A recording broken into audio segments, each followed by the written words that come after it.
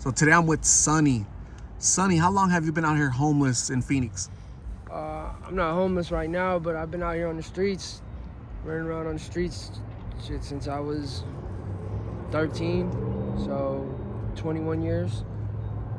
It's a long time, huh? Yeah. Some of And that I spent in prison though, so some of that's been locked up. yeah, 14 years of it. Wow. And how about blues? How long has that been going on? About 3 years now. Okay. And how'd you get started with blues? I've always been an opiate addict, but when I got out of prison this last time, there wasn't really any more heroin, so everybody was doing blues. They were easier to get, they were cheaper, so started using those. What's the biggest difference you would say between H and these blues for you? Like with the heroin, I would get high once in the morning and once at night, and I was good. With these, I got to get high every hour, or I start getting sick after a couple hours.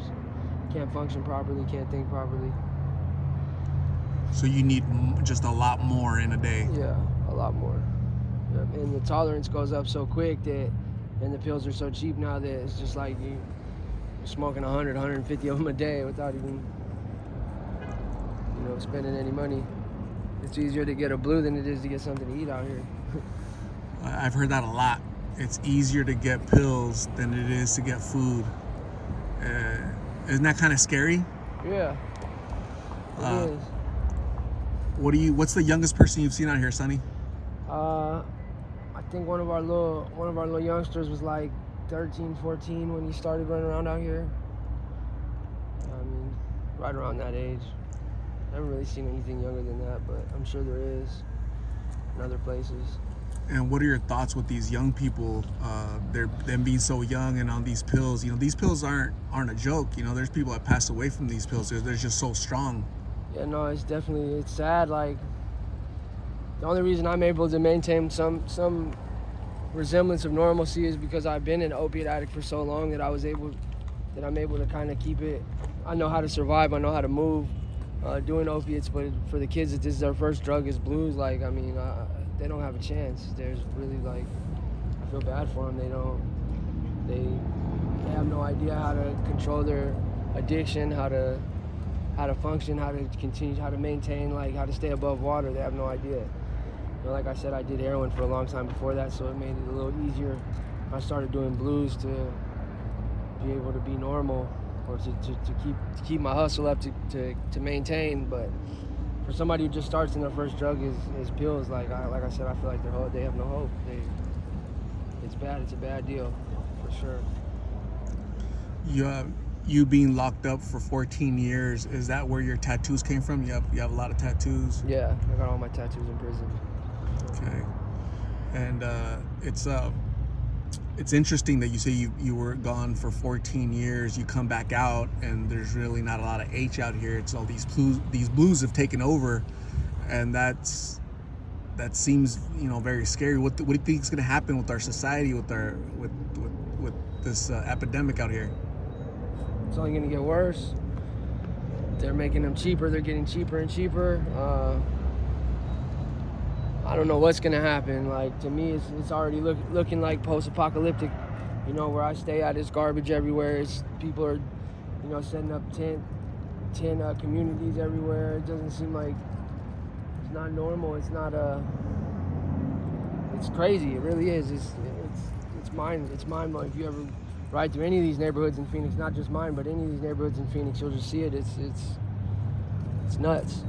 Normal people, I mean, people who are doctors and people who are, in school and college and doing things, just months ago are out here living in tents, and they've accepted that as long as they can get high. They don't care about anything else.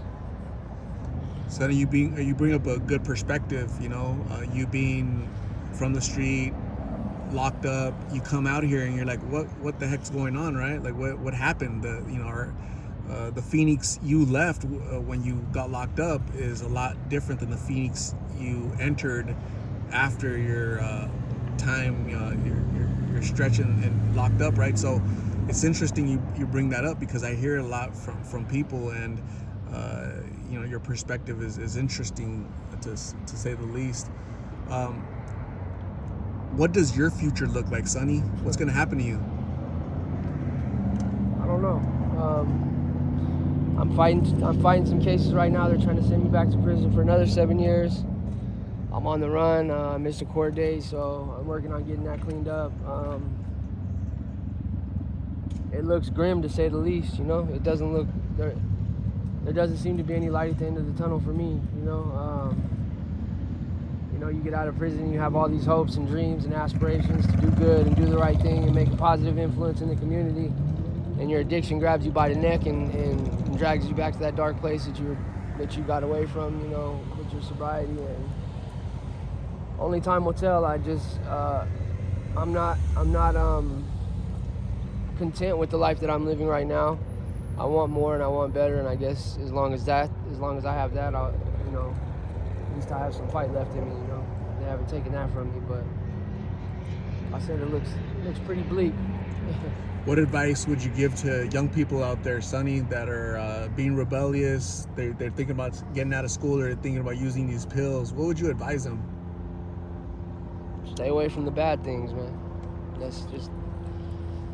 Like, just drugs, people, things, places. If it's bad, stay away from it. Is that what you would have done if you were to do it over again? Just stay away from bad people that influenced you? Yeah, stay away from anything that's bad, anything that's negative, anything that's not conducive to my progress and to me achieving my goals. I would just stay away from it. That's it. If you would have chosen the other path when you were younger, what would you be doing today, Sonny? I mean, I was a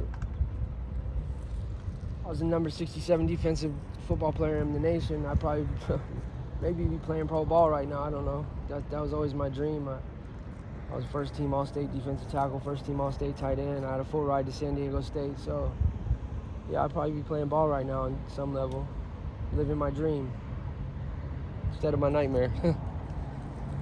Amen.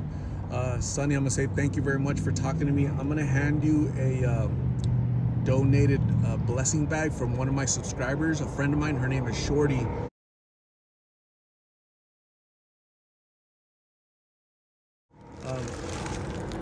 Can you look to see if those are items that you could use, Sonny?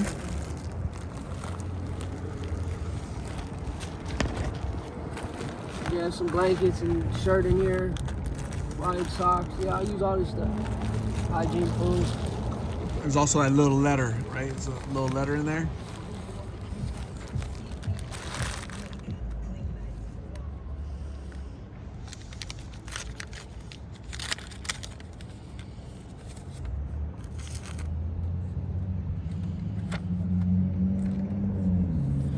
First, I want to say thank you for accepting this blessing bag my family and Kevin helped me make for you. I ask only you to do me a favor and say a prayer for me as I battle my struggles with depression, anxiety, and awful thoughts as well. When you can, please pay it forward and bless someone by simply being a friend and helping someone in need. I hope these items help out a little. Be safe, and please call Art to go to treatment. We really do care and are praying for you. Love, Shorty. So I'm gonna give you my card with my number on it, Sonny. You can call me if you need to write a treatment or need somebody to talk to, okay? All right. Stay safe. We'll talk soon. Thank you.